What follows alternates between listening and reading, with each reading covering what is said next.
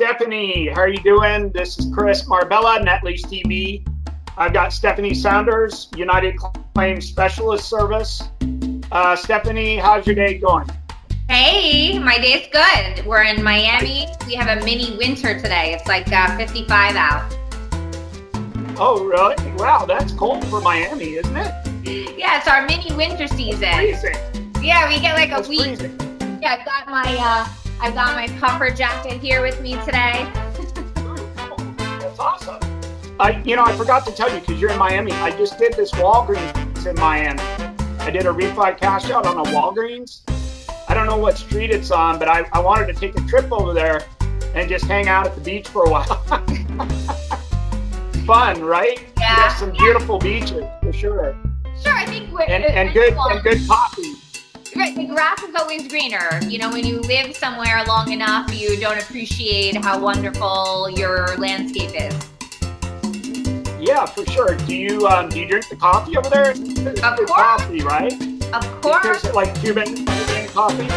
Oh, yeah. Do you have any like Latin? Are you nothing like that? You know Spanish?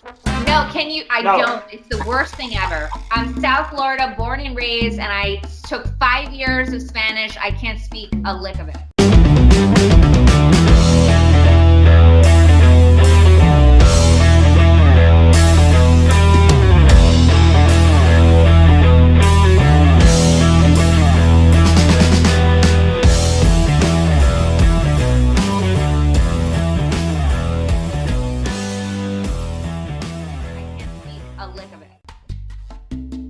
My in-laws, my wife Patty is from Peru, and Miami's the hot place for Peruvians and Latin American people. It's the place to be. Definitely. Speak Spanish? I'm Italian, but I go to Peru every year with my wife and my daughters. Nice. So my daughters are Peruvian, Italian, Japanese, and American. Wow. And it's cool to have that Latin spirit in the household. We're very spicy family.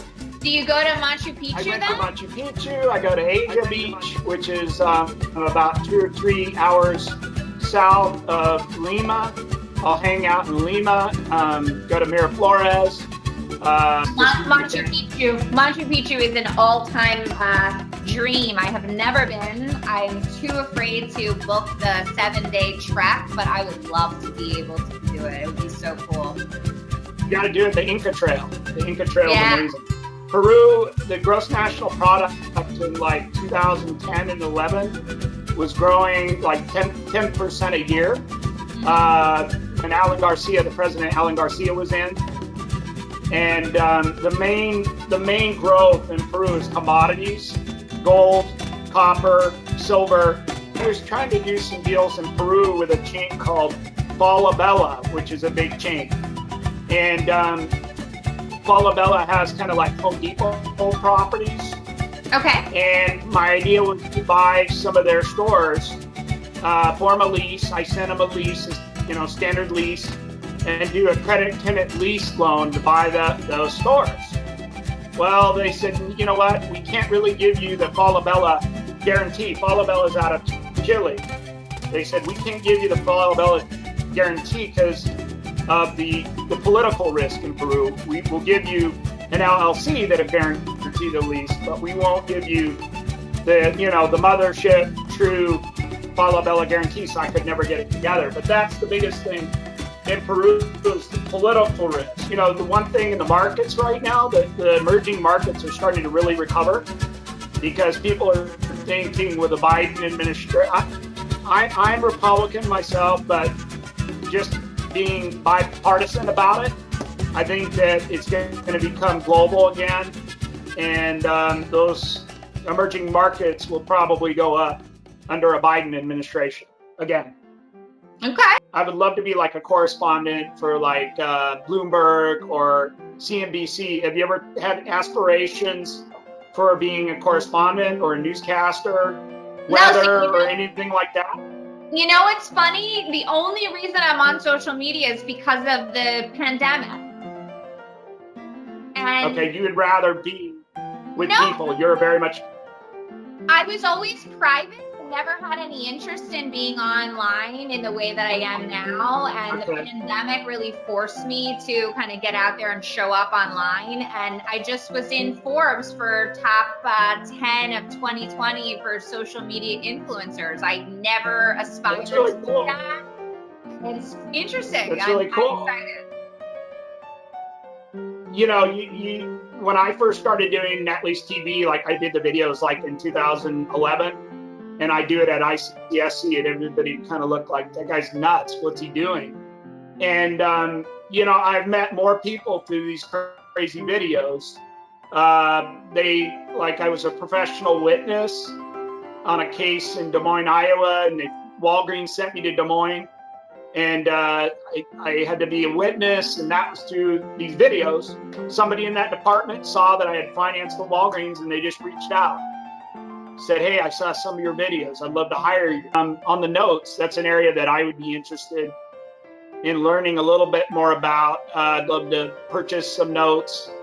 And you purchase notes from banks, right? Mm-hmm. That's an area probably, I know in 2009, that was really a hot area. When I'd go to Mortgage Bankers Association convention, you had a lot of people hunting banks that wanted to sell notes on 70 cents, 50 cents on the dollar. Yeah. How did you go about doing that? How do you enter into an LOI with the bank? Do you do a contract with the bank? What are some of your investigation? Do you go to the county where the property is, the county recorder's office, see if there's any tax liens? You know, how do you do your due diligence as far as note acquisition, and what are you looking for in a note? So, I mean, you pretty much nailed it on the head with the, you know, going to the county, investigating liens. You know, that aspect is the same as you would for buying a property, right? Because you want to know what you're taking on, because there's a big risk there. You know, you're buying potentially bad debt, right? You're buying a note, which is, you're hoping, unfortunately, that it will be bad debt soon, or you'll be sitting on it for a while, and then the the person who's currently the owner of the note will come to you as the new bank to create a new term, right?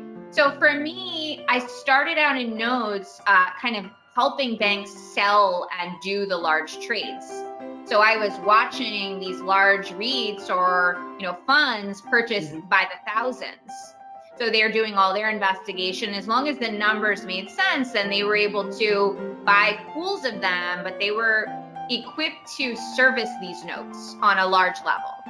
And then you'll see where there's a leftover that the bank's willing to cherry pick and to sell to someone like myself, right? An individual who just wants to get in and own a few notes and not be this mass servicer, right? So in that, you just research, figure out the area. Some of these areas are more difficult. You know, it'd be hard to foreclose on someone and actually evict them. And, you know, can you handle all of that aspect, right?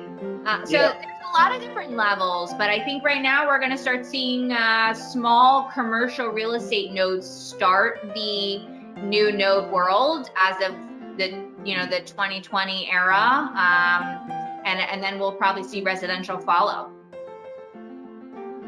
So do you get an appraisal on the property when you buy the note, just to make sure that the value is much higher than you're paying for the note?